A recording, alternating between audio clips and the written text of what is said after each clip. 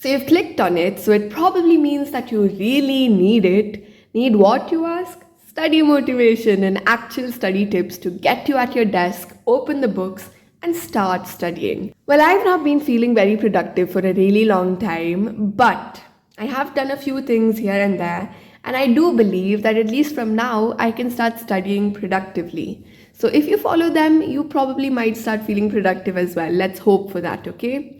The first thing which I did was I called up some of my friends and just told them how crappy I was feeling, how things aren't really going as per plan. By calling like minded people, I knew that they would have some perspective to shed on, and knowing how they are coping up with the situation, it did kind of clear that sort of vagueness around this, because you feel very lonely and you feel like there's no one who understands you. So, surrounding yourself, even if virtually, around those people does help you feel better. Next thing which I did was I took an open minded break. Up until now, you've probably been taking breaks unintentionally and just out of procrastination. Now, when you do that, you're not really going to feel fresh afterwards. It's just going to hit you that, oh, you have to study a lot again. So that's what's going to bring you to study. And you feel very guilty when you take these unintentional breaks, because you're going and deviating away from your timetable when you never even intended to do so. So stop that and tell yourself that I am going to be taking another break for 3 hours. Just tell yourself, or however long it is. But before you take that break, also tell yourself that by the end of this break, I'm going to feel so productive and I'm going to start feeling like I can study again. So tell yourself that it is just for you to get back on track. And you're getting back on track by making yourself understand that you are probably burnt out and you need to do something to come back. The next thing which y'all can do is set a huge reward for the end of a particular study plan which you have made. So for example, if you have set a study plan that 3 days you are going to be doing pathology,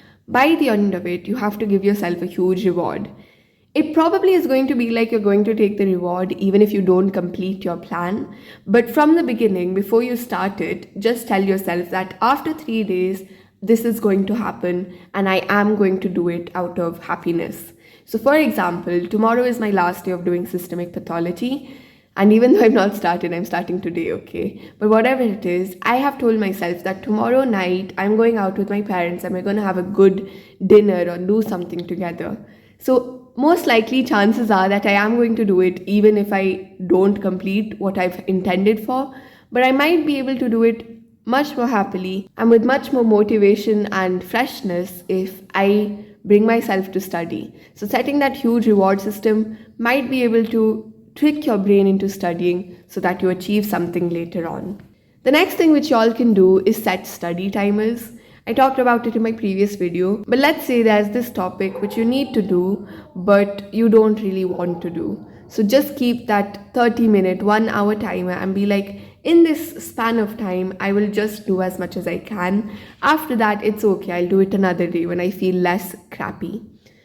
Now, the next thing which you can do is, let's say there's this topic which you feel like you know quite a lot in. So that's why you don't want to study it again, because you're like, how many times am I going to study the same topic again? So do something different. Start solving MCQs of that area.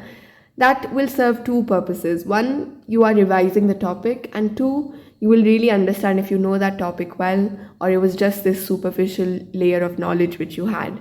So solving a lot of MCQs will just act like puzzles for your brain and it will help you feel productive. Next, attack the same topics in different ways. What this means is, let's say you have something in pathology, systemic pathology, which you need to study. The normal person would probably read that, make notes, make flowcharts and whatever. But you're probably not feeling productive enough to do that. That is okay. Do something different.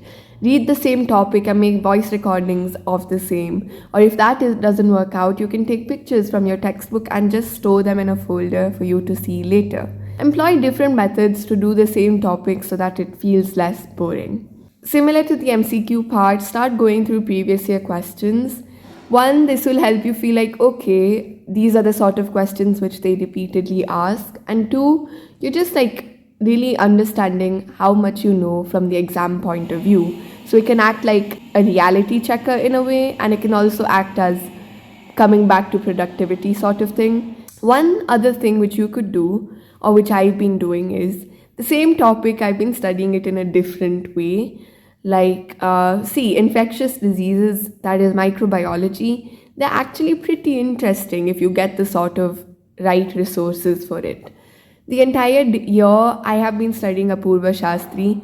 So even though there are topics which I'm not good in, when I open that book, I'm like, oh, it's the same thing all over again. I don't want to study it. So instead, I go on YouTube and I search for the same thing, but I watch documentaries on it, or I watch like real life examples and real life incidents which have occurred.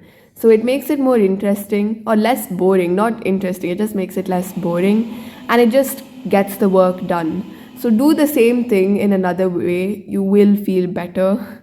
At least you will feel more intelligent for finding something else to do. Alright, so these are just some of many things which I actually have been trying to do from the past few days, because I have found it really hard to just focus. I've done literally everything, but then I'm just still stuck in that zone. But it's okay, maybe you found this video useful. There is one other thing which I have been thinking of doing, which I might need your help with. See, on YouTube, you know how they have these study with me sessions of half an hour, 1 hour, real time stuff.